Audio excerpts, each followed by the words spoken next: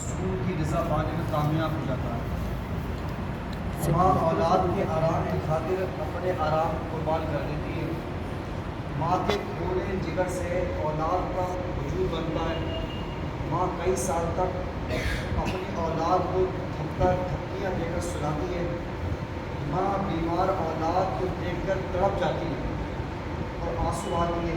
ماں بیمار اولاد کی خاطر سخت سردیوں میں ساری پوری رات جاگ کر گزار دیتی ہے اپنی اولاد کے لیے۔ ماں بیمار اولاد کی خاطر مہنگے ہسپتالوں اور دواخانوں کے چکر لگانا گوارا کر لیتی ہے۔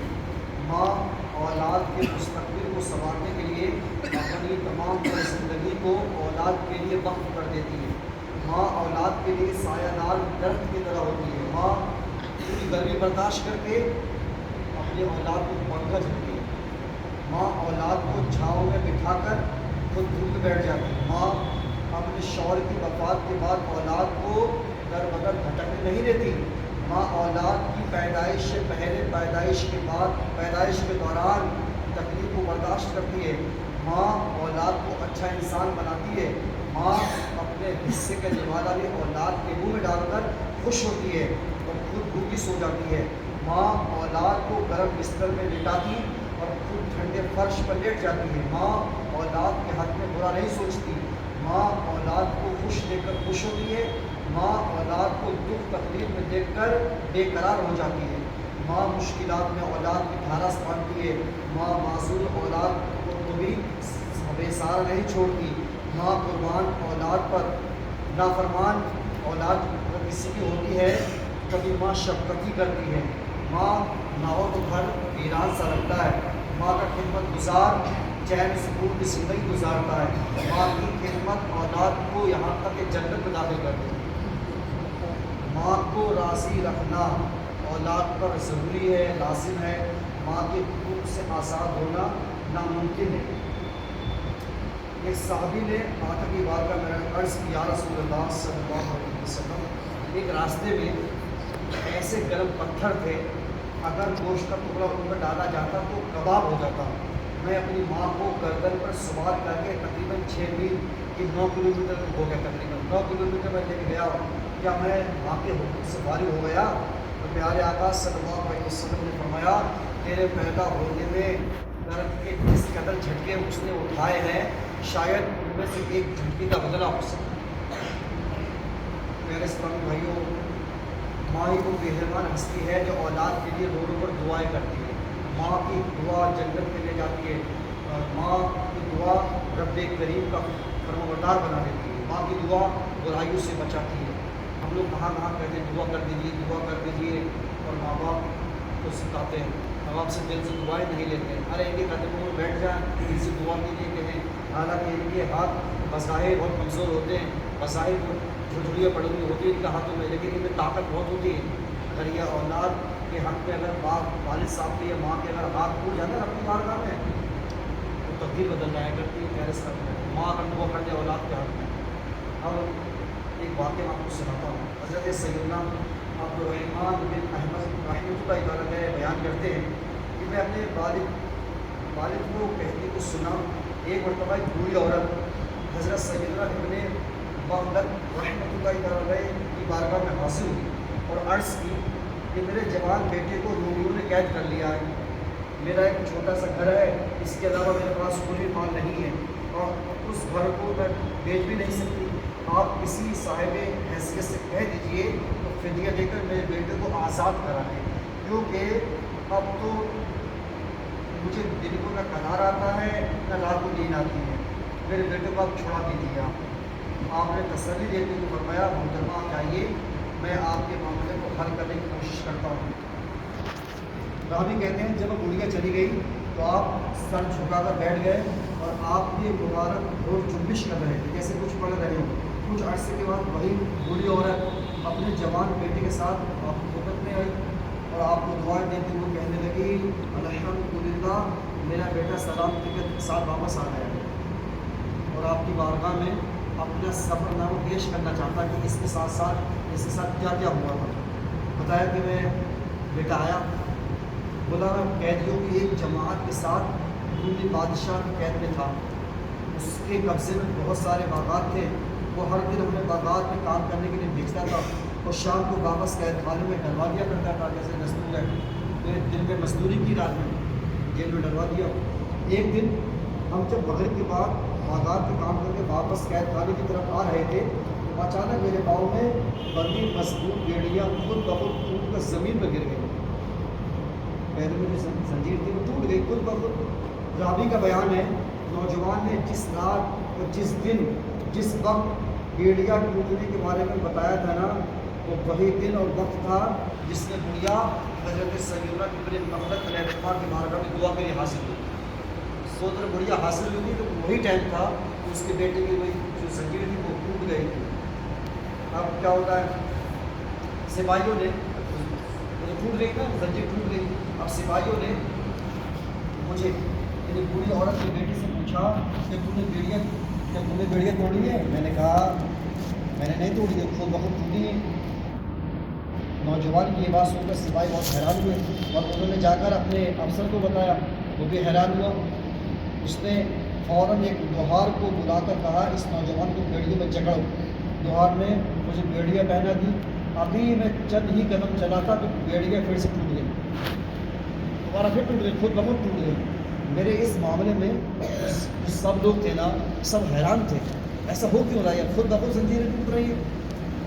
تو انہوں نے ایسا وہ غیر مسلم تھے، انہوں نے راہبوں کو بلایا، مذہبی جو ان کے پیشوا تھے نا ان کو بلایا. انہوں نے ساری صورت حال سے بتایا کہ اس نوجوان کو بیڑیاں ڈالتے ہیں تو ٹوٹ جاتی ہیں. تو راہبوں نے ساری گفتگو سنی. مجھ سے پوچھا کہ تمہاری ماں زندہ ہے؟ میں نے کہا الحمدللہ میری ماں زندہ ہے، میری ماں زندہ ہے. راہب میری بات سن کر، جب میں نے کہا نا میری ماں زندہ ہے، میری بات سن کر ان کے پیشوا تھے وہ اگلی کی طرف متوجہ ہو کہنے لگا اللہ کریم نے اس کی ماں کی دعا قبول فرما لی. سپاہی بولے جب اللہ نے تجھے آزاد فرما دیا ہے تو ہم کیوں کر تجھے بیڑیوں میں جکڑیں. یہ کہہ کر رومیوں نے مجھے رہا کر دیا. دعائے ولی میں وہ تاثیر دیکھی بدلتی ہزاروں کی تقدیر دیکھی. ماں کی دعا میں یہ تاثیر دیکھی بدلتی ہزاروں کی تقدیر دیکھی. ہاں دل سے دعا کرتے جب وہ خود بخود بیڑیاں جو ہے آزاد ہو جاتی ہے. سبحان اللہ. سنا آپ نے کہ اللہ کریم نے ماں کی دعاؤں میں کیسی تاثیر رکھی کہ ماں تو اپنی اولاد کا اپنی دعا کرتی ہے تو رب کریم اس کے اٹھے ہوئے ہاتھوں کی علاج کرتا اور اولاد کا اپنی اس کی دعا قبول فرما دیتا ہے. اور کچھ لوگ نوجوان ایسے بھی ہیں نا بدتمیزی سے بات کرتے ہیں اپنے ماں باپ سے، کیوں کر کے بات کرتے ہیں اپنے باپ سے، کیوں کر کے بات کرتے ہیں. خاموش رہا کر تمہارے پیچھے مت بولا کرو، تو بات کرنے کا تمیز نہیں ہے. ایسے نوجوان بولتا ہے. اور کچھ لوگ تو ایسے ہیں، کچھ لوگ بولتے ہی نہیں، اپنے ماں باپ سے نہیں بولتے، بدتمیز کہیں گے. ان کے بارے میں کیا ہے، حضرت سیدنا امام احمد بن حجر مکی شافعی رحمۃ اللہ علیہ نقل کرتے ہیں کہ نبی اکرم صلی اللہ علیہ وسلم کا فرمان عالی شان ہے، عبرت کی شان آقا کا. معراج کی رات میں نے کچھ لوگ دیکھے جو آگ کی شاخوں سے لٹکے ہوئے تھے، آگ کی شاخوں سے. میں نے پوچھا جبریل یہ کون لوگ ہیں؟ تو مجھے بتایا گیا یہ وہ لوگ ہیں جو دنیا میں اپنے باپوں اور ماؤں کو برا بھلا کہتے تھے. الٹا لٹکا دیا گیا ان لوگوں کو جو ماں باپ کو برا کہتے ہیں. منقول ہے جب ماں باپ کے نافرمان کو دفن کیا جاتا ہے تو قبر اسے دباتی ہے یہاں تک کہ اس کی پسلیاں ٹوٹ ٹوٹ کر ایک دوسرے میں پیوست ہو جاتی ہے. والد صاحب ڈرتے ہیں اپنے اولاد سے بات کرنے میں، ماں ڈرتی ہے اپنے اولاد سے بات کرنے میں. اگر میں اس سے بات کروں تو یہ ڈانٹے گا، یہ بات ہی نہیں کرتی. ماں باپ کتنے بد نصیب ہے وہ اولاد کہ جس کا باپ اس کی بات کرنے میں اسے ڈرتا ہو. پہلے سے پہلے بھائیو ماں باپ کا مقام، ان کی شان بہت بہت بلند ہے. اس کا اندازہ اس بات سے لگائیے اللہ کریم نے جہاں جہاں اپنی عبادت کا حکم ارشاد فرمایا ہے وہیں والدین کے ساتھ بھلائی اور احسان کا بھی حکم ارشاد فرمایا ہے. اللہ پاک قرآن میں ارشاد فرماتا ہے، اس کا ترجمہ یہ ہے اور تمہارے رب نے حکم فرمایا کہ اس کے سوا کسی کو نہ پوچھو اور ماں باپ کے ساتھ اچھا سلوک کرو. اگر تیرے سامنے ان میں سے یا دونوں بڑھاپے کو پہنچ جائے تو ان سے ہوں یعنی اف تک نہ کہنا اور انہیں نہ جھڑکنا اور ان سے تعظیم کی بات کہنا اور ان کے لیے عاجزی کا بازو بچھا نرم دلی سے اور عرض کر اے میرے اللہ کہ ان دونوں پر رحم کر جیسا کہ ان دونوں نے مجھے چھپر یعنی چھوٹی عمر میں مجھے پالا. وہ انشاءاللہ نیت کرتے کہ انشاءاللہ کوئی ایسی بات نہیں کریں گے جس سے ماں باپ کو جو ہے تکلیف پہنچے انشاءاللہ. ایک شخص نے پیارے آقا صلی اللہ علیہ وسلم کی خدمت میں آ کر عرض کی میری اچھی خدمت کا سب سے زیادہ حقدار کون ہے؟ کون ہے سب سے زیادہ؟ ارشاد فرمایا تمہاری ماں. اس نے عرض کی پھر کون؟ ارشاد فرمایا تمہاری ماں. اس نے دوبارہ عرض کی پھر کون؟ ارشاد فرمایا تمہاری ماں. عرض کی پھر کون؟ ارشاد فرمایا تمہارا باپ. مدعی اپنے ماں باپ کا کر میں ان کا پر ایک حکم لاؤں بجائے جائے گا. ماں دعا کر دینا. آپ نے سنا ہوگا کہ موسیٰ علیہ السلام کا جو ساتھی ہے وہ کون ہے؟ ماں کی خدمت گزار ہے. ایک آپ سنا واقعہ آپ کو سنا دیتا ہوں. امیر اہل سنت نے ایک رسالہ لکھا ہے سمندری گنبد. اس میں یہ واقعہ لکھا ہے ایک بار اللہ کے دربار میں عرض گزار ہوئے موسیٰ علیہ السلام اے اللہ مجھے میرا جنت کا ساتھی دکھا دے. جنت میں جو میرا ساتھی ہوگا نا تو کون ہوگا میں اسے دیکھنا چاہتا ہوں.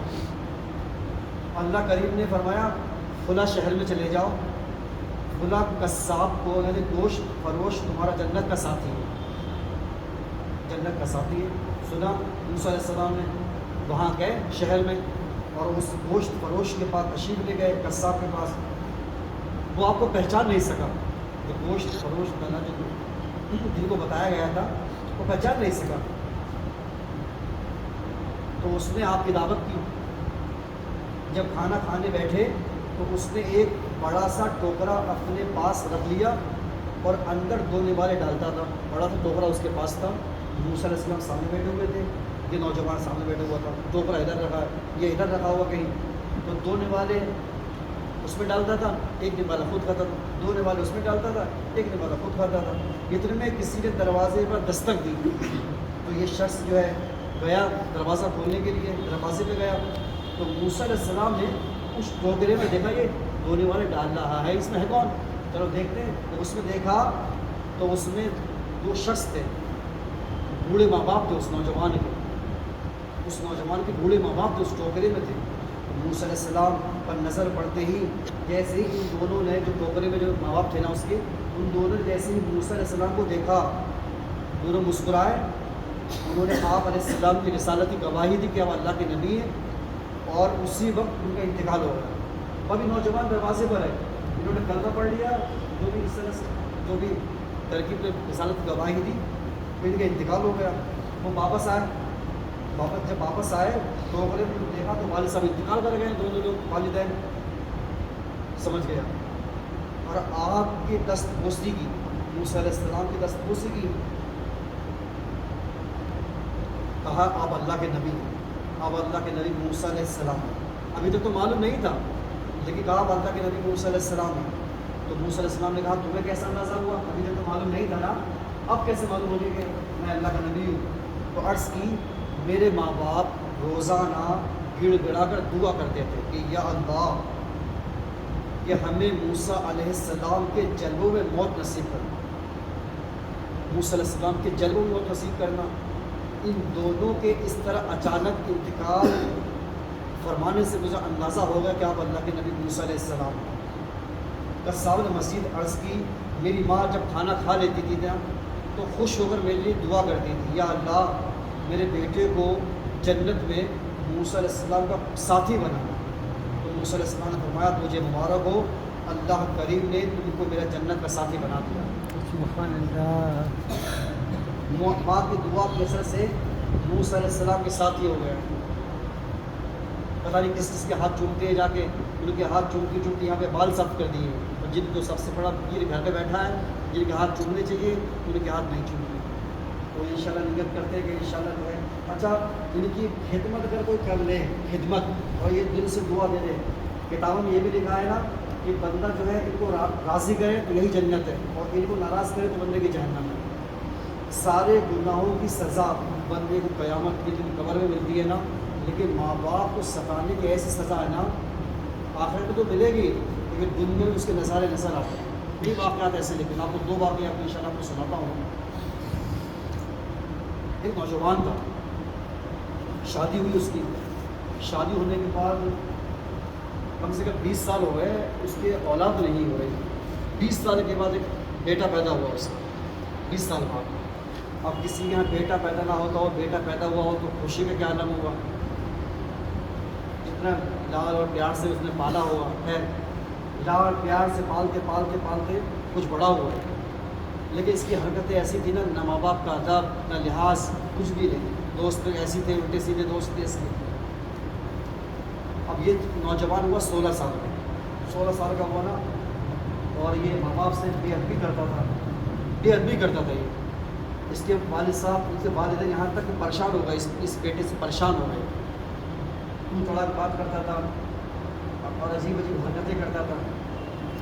والد صاحب پریشان ہو گئے اور والد صاحب کا انتقال ہو گیا. والد صاحب کا انتقال ہو گیا. اب ماں بچی تھی, ماں سمجھاتی تھی بیٹا مت کریے, تو ماں کو بھی یہ الٹا سیدھا کہتا تھا. کوئی والد صاحب کے انتقال کے بعد بھی اس نوجوان, اس لڑکے کے اندر کوئی تبدیلی نہیں آئی. وہی حرکتیں, وہی حرکتیں تھیں. ماں سمجھاتی تھی. ایک مرتبہ ماں نے کہا بیٹا اگر تم ایسی حرکتیں کرو گے نا تمہارے ماموں سے شکایت کر دوں گی. تو کہنے لگا کر دیجیے, کیا کریں گے, ماریں گے, دیکھتے ماریں گے, مجھے مطلب اس نے جو بھی کہا ہوگا کر دیجیے شکایت. میں کسی سے ڈرتا اڑتا نہیں ہوں, میں وہ بھی وہی بے ادبانہ جو لفظ کہے ہوں گے اس نے. تو ماں کہا نا, ماں مجھ سے کچھ نہیں کہا. ایک مرتبہ سمجھایا بیٹا اب تک تو ایسے حرکتیں کرتا رہے گا. اس نے غصے میں آ کے چپل اپنی اتاری اور ماں کے مارنے لگا.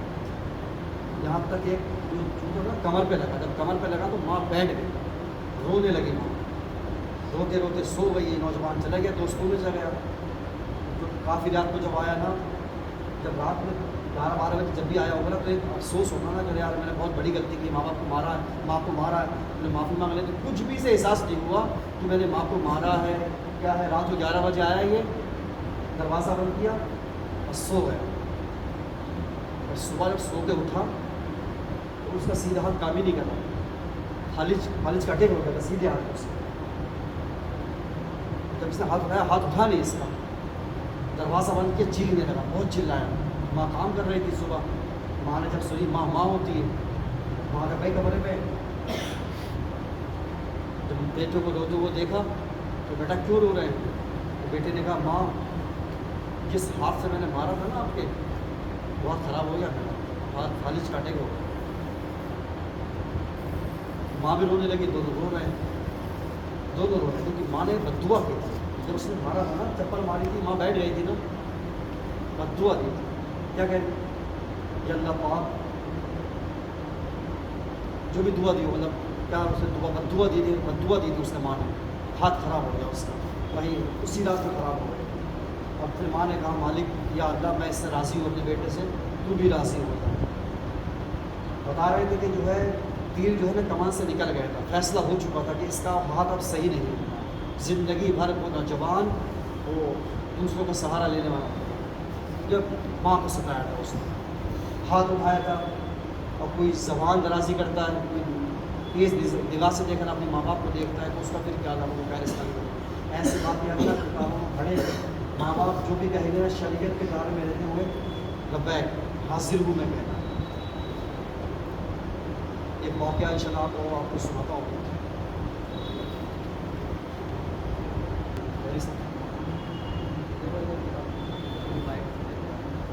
نا ماں کو کہتا ہے, ارے یہ تو پانڈی کو تو مم کہتا تھا نا, پانڈی کو مم کہتا تھا, چاولوں کو ہپا کہتا تھا نا, تب تیرے ماں باپ سمجھتے تھے کہ میرا بیٹا کیا کہہ رہا ہے. اور جب بڑے ہو گئے تو کہنا تمہیں بات کرنے کا تمیز نہیں ہے, ایسی بات کیا نہیں ماں باپ سے ہے یہ. اچھا اس میں کچھ لوگ ایسے جو غلطی ہے نا, اس میں کچھ غلطی جو ہے ماں باپ کی بھی. خیر اولاد کو ایسا نہیں کرنا چاہیے. جہاں ماں باپ کا ادب بتایا جاتا تھا, جیسے مثال کے طور پر دعوت اسلامی کے مدنی ماحول میں ایسی بیان ہوتے ہیں, قافلے میں سفر کرتے ہیں, ایسے بیان ہوتے ہیں نا, یہاں جانے سے روکے رکھا. بل انہوں نے ہمارے بیٹے کے پاس ٹائم نہیں ہے. جہاں ماں باپ کا ادب کیا بتایا جاتا ہے تو وہاں بیچتے نہیں تھے. اور جب خود بھی آئیے تب کہتے دعا کر دو, تعویذ کر دو, دعا کر دیجیے, پریشان ہے. تو جہاں ماں باپ کا ادب بتایا جاتا ہے نا, وہاں اپنے بیٹوں کو بھیجیے, انشاءاللہ اللہ نے چاہا تو نکھار پیدا آئے گا انشاءاللہ. صلو علی الحبیب صلی اللہ علیہ وسلم.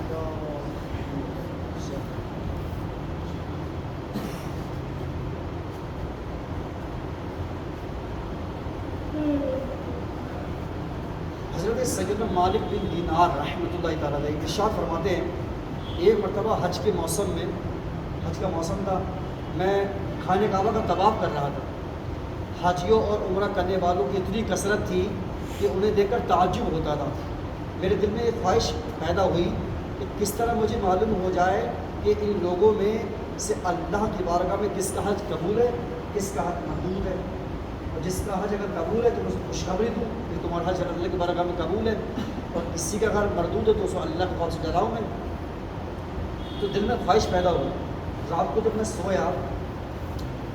سویا تو کسی کہنے والے نے کہا اے مالک بن دینار، تو حاجیوں اور عمرہ کرنے والوں کے بارے میں فکر مند ہے تو سن، اس مرتبہ حج کے موسم میں اللہ نے ہر چھوٹے ہر بڑے، مرد عورت، کالے گورے، عجمی عربی، الغرض ہر حج اور عمرہ کرنے والوں کو اللہ نے بخش دیا،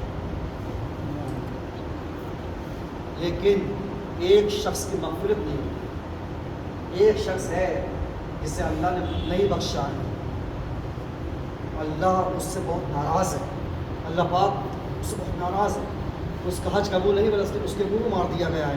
آپ فرماتے ہیں اس خواب کے بعد میری جو حالت ہوئی نا وہ بیان سے باہر ہے۔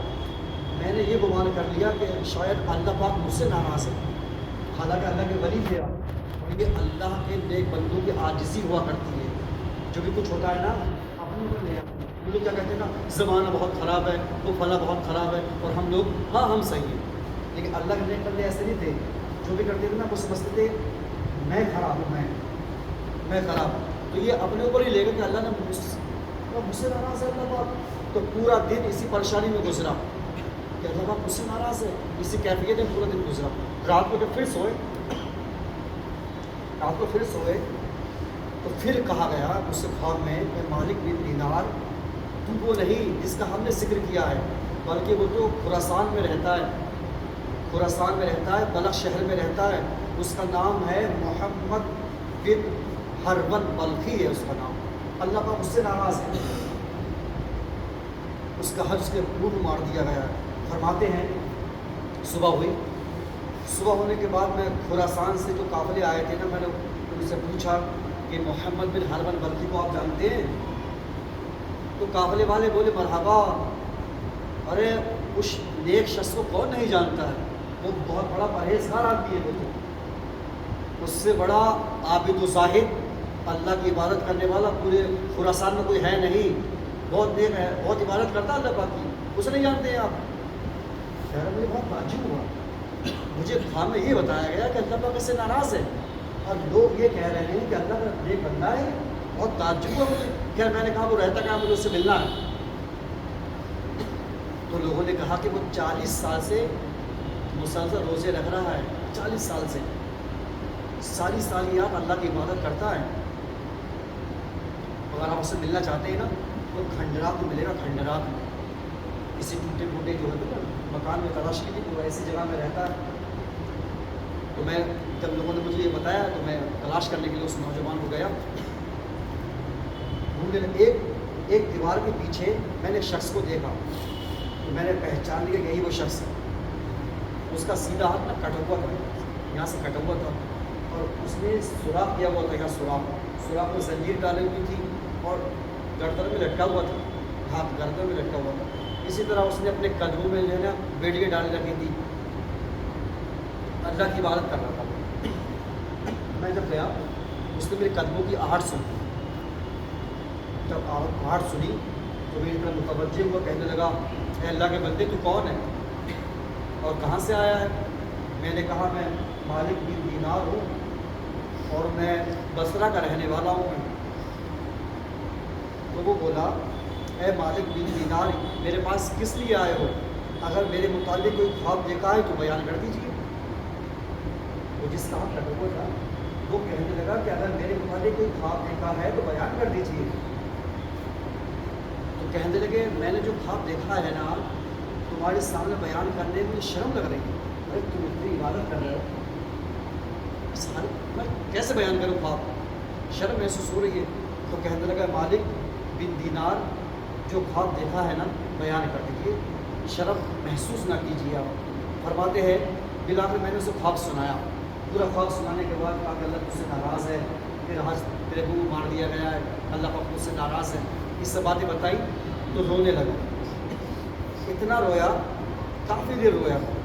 پھر کہنے لگا مالک بن دینار، میں مسلسل 40 سال سے حج کے موقع پر حج کرنے آتا ہوں. 40 سال سے حج کر رہا ہوں میں، اور اسی طرح کسی نیک اور زاہد بندے کو خواب میں بتایا جاتا ہے، اسے دکھایا ہے کہ میں جہنمی ہوں، میں جہنمی ہوں.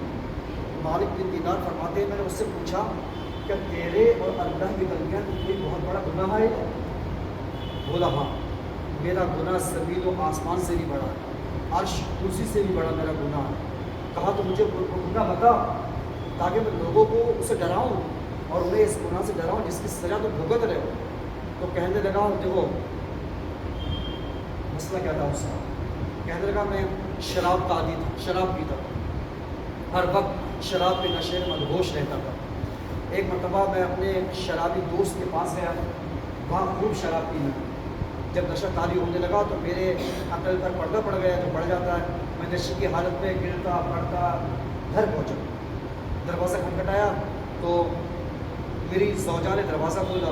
گھر میں داخل ہوا تو دیکھا کہ میری والدہ تندور میں لکڑیاں ڈال کر آگ جلا رہی تھی اور آگ کو بھڑک رہی تھی. میں نے والدہ کے پاس گیا تو والدہ نے جب مجھے نشے کی حالت میں دیکھا تو ماں میری طرف آئی.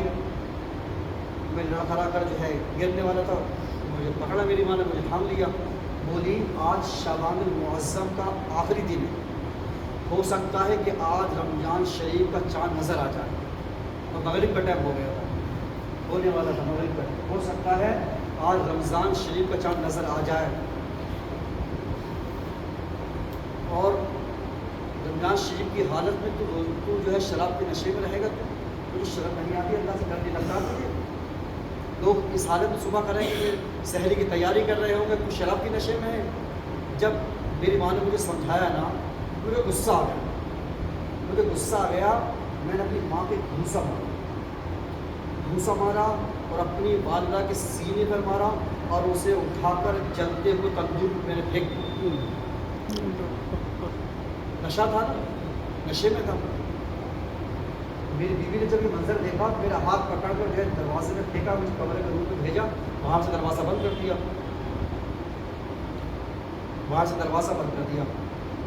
جب صبح ہوئی تو مجھے ہوش آیا، دروازہ باہر سے بند تھا. تو میں نے کھولنا چاہا، دروازہ باہر سے بند تھا. میں نے کہا کہ دروازہ کھولیے. تو عورت نے جو ہے نا، اس کی بیوی نے کہا وہ سخت لہجے میں کہا کہ میں نہیں کھولوں گی. میں نے پوچھا تم اتنی ناراض کیوں ہوتی ہو؟ آخر میں نے ایسی کون سی غلطی کی ہے تم سے ناراض ہے؟ بولی تم نے اتنی بڑی غلطی کی ہے کہ تم اس لائق ہی نہیں کہ تجھ پر رحم کیا جائے. بتا تو صحیح میں نے کیا کیا ہے، کون سی غلطی کی ہے؟ میں نشہ اتر گیا تھا نا، کون سی غلطی کی ہے میں نے؟ تو کہنے لگی تو نے اپنی ماں کو تندور میں ڈال دیا ہے. کہہ رہے جیسے ہی میں نے سنا کہ میں نے اپنی ماں کو پھینک دیا ہے، دروازہ اکھاڑا. میں نے جب میں تندور کے پاس گیا تو میری ماں جل کر گولا ہو چکی. شدت غم، بہت غم ہوا مجھے. الٹے پاؤں میں اپنے دروازے کی طرف جو میں نے اکھاڑا تھا نا، اس میں نے اپنا ہاتھ رکھا. جس ہاتھ سے میں نے اپنی ماں کو مارا تھا نا، اس چوکھٹ میں رکھا اور وہیں سے میں نے کاٹ دیا. میں نے ہاتھ وہیں سے کاٹا، لوہا گرم کر کے اس ہاتھ کی ہڈی میں سوراخ کیا اور اس میں زنجیر ڈال کر گلے میں ڈال لٹکا لیا. اس کے بعد اپنے دونوں پاؤں بھی بیڑی میں ڈال لیے. جتنے میرے پاس پیسے تھے اللہ کے نام میں خیرات کر دی تھی میں نے. اب مسلسل 40 سال سے میری حالت یہ ہے کہ دن میں روزہ رکھتا ہوں، ساری رات نماز پڑھتا ہوں، 40 دن کے بعد کھانا کھاتا ہوں. صرف افطار کے وقت تھوڑا سا پانی پی کر گزارا کر لیتا ہوں. ہر سال حج کرنے آتا ہوں اور ہر سال کسی عالم و زاہد کو میرے متعلق ایسا ہی خواب بتایا جاتا ہے جیسا کہ آپ کو دکھایا. یہ ہے میری داستان کی برق نشان. تو مالک بن دینار رحمۃ اللہ تعالیٰ فرماتے ہیں یہ سن کر میں نے اس سے کہا، اے منحوس انسان، قریب ہے کہ جو آگ تجھ پر نازل ہونے والی ہے وہ ساری زمین کو جلا دے. پھر میں وہاں سے ایک طرف ہو گیا، چھپ گیا میں کہ مجھے دیکھ نہ سکے. وہ میں چھپ گیا. جب اس نے محسوس یہ کہ میں جا چکا ہوں نا، تو اس نے ہاتھ اٹھا دیا. کہنے لگا ہے غموں کو، مصیبتوں کو دور کرنے والے، اے مجبور اور پریشان حال لوگوں کی دعائیں قبول کرنے والے، اے میری امیدوں کی لاج رکھنے والے، اے گہرے سمندروں کو پیدا کرنے والے، اے پاک پروردگار، اے وہ ذات جس کی دست قدرت میں میری تمام بھلائیاں ہیں، میں تیری رضا چاہتا ہوں، تیری ناراضگی سے پناہ مانگتا ہوں۔ تو اپنے عفو و کرم کے صدقے مجھے عذاب سے محفوظ رکھ اور مجھے اپنی رضا سے بچا، اپنی ناراضگی سے بچا لے۔ اے میرے اللہ، میں کما کہوں تیری تعریف نہیں کر سکتا، تو ایسا ہی ہے جیسے تو نے اپنی تعریف خود بیان فرمائی ہے۔ اے میرے رحیم و کریم پروردگار، تو میری امیدوں کی لاج رکھ لے، بے شک میں تجھ سے تیری رحمت کا طالب ہوں، مجھے یقین ہے کہ تو میری دعا کو رد نہیں کرے گا، میں صرف تجھی سے دعا کرتا ہوں۔ اے اللہ، موت سے پہلے مجھے اپنی رضا کا مژدہ سنا دے اور مجھے اپنے عفو و کرم کی ایک جھلک دکھا دے۔ یہ دعا کرتے ہوئے میں چھوڑ لیا ہے اسے، میں دعا کرتا تھا، میں واپس ہو گیا۔ پھر رات کو جب میں سویا، جب رات کو جب یہ والی آنکھ بند ہوئی، دل کی آنکھ کھل گئی۔ مالک بن دینار رحمہ فرماتے ہیں پیارے آقا صلی اللہ علیہ وسلم کی زیارت میں آقا نے ارشاد فرمایا کہ اے مالک بن دینار، تو لوگوں کو اللہ کی رحمت اور اس کے عفو و کرم سے مایوس مت کر، یقیناً اللہ محمد بن حرون کے افعال سے باخبر ہے اور اس نے اس کی دعا قبول فرما کر اس کی لغزشوں خطاؤں کو معاف فرما دیا ہے۔ صبح اس کے پاس جانا اور اس سے کہنا، بے شک اللہ قیامت کے دن میدان محشر میں تمام اولین اور آخرین کو جمع فرمائے گا۔ اگر کسی سینگ والے جانور نے بغیر سینگ والے جانور کو مارا ہوگا تو اس کو بدلہ دیا جائے گا، ذرے ذرے کا حساب لیا جائے گا۔ اللہ فرماتا ہے مجھے اپنی عزت و جلال کی قسم، میں ذرے ذرے کا حساب دوں گا۔ اگر کسی نے ذرہ بھر بھی کسی پہ ظلم کیا ہوگا تو مظلوم کو ظالم سے اس کا حق دلواؤں گا۔ اے ابن حرون، کل قیامت کے دن اللہ تجھے تیری ماں کو اکٹھا کرے گا، تیرے متعلق جہنم کا فیصلہ ہوگا، فرشتے تجھے مضبوط زنجیروں میں جکڑ کر جہنم کی طرف دھکیل دیں گے، پھر تو دنیاوی 3 دن رات کے برابر جہنم کی آگ کا مزہ چکھے گا، کیونکہ اللہ فرماتا ہے میرے ذمے کرم پر ہے کہ میرا جو بھی بندہ ناحق کسی جان کو قتل کرے گا یا شراب پیے گا تو میں اسے جہنم کی آگ کا مزہ ضرور چکھاؤں گا۔ شراب پی لیتے دوستوں کو کہنے پہ جا کے کہاں جا کے لکھنؤ جا کے پتہ نہیں کہ گھر والے دیکھ نہیں سکیں گے، وہاں کہاں جا کے شراب پی لیتا مسلمان۔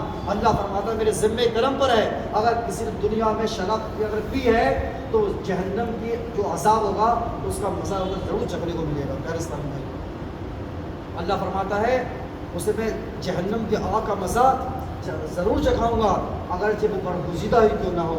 اے ابن حرون، پھر اللہ پاک 3 راتیں اسے جہنم میں ہو جائیں گے نا اسے، تو تیری ماں کے دل میں تیرے لیے رحم ڈالے گا اور اس کے دل میں یہ بات ڈال دے گا کہ وہ اللہ سے سوال کرے، اے اللہ میرے بیٹے کو بخش دے، پھر اللہ تجھے تیری والدہ کے حوالے کر دے گا اور تیرا ہاتھ پکڑ کر تجھے جنت میں لے جائے گا۔ سبحان اللہ۔ یہ مجھ سے خواب میں میرے آقا نے مجھ سے کہا، صبح ہوئی میں فوراً اس کے پاس گیا اسے خوشخبری دینے کے لیے کہ اللہ نے تیری خطا کو معاف کر دیا۔ پورا خواب اسے میں نے سنایا، کہہ رہا خدا کی قسم خواب جیسے اس نے سنا نا، ایسا جھوما، ایسا خوشی اسے ہوئی، اتنی خوشی ہوئی کہ اس کی روح اس کے قبض سے انسری سے پرواز کر گئی، خوشی کے مارے انتقال ہو گیا اس سے۔ اللہ مجھ سے راضی ہو گیا، اللہ نے میری خطا کو معاف کر دیا ہے، اس خوشی میں اس کا انتقال ہو گیا۔ سبحان۔ پھر کہہ رہے ہیں پھر اس کی میں نے تجویز تکفین کی، نماز جنازہ پڑھی اور پھر اسے قبر میں دفن کر دیا۔ یہ ہے پیرستان میں ماں باپ کے نافرمان کی سزا، یہ دنیا میں تو یہ ہے، آخرت میں کیا کریں؟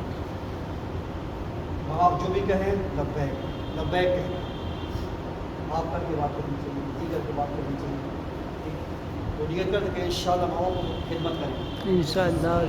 ماں باپ جو بھی کہتے ہیں نا وہ اللہ کے آگے بہتر ہی ہوتا ہے، پیرستان میں بہتر ہی ہوتا ہے۔ ماں حالانکہ ہمارے سمجھ میں نہیں آتی بات، جتنا بد نصیب ہوگا وہ شخص کہ جو اپنی ماں کے اوپر ہاتھ اٹھاتا ہوگا۔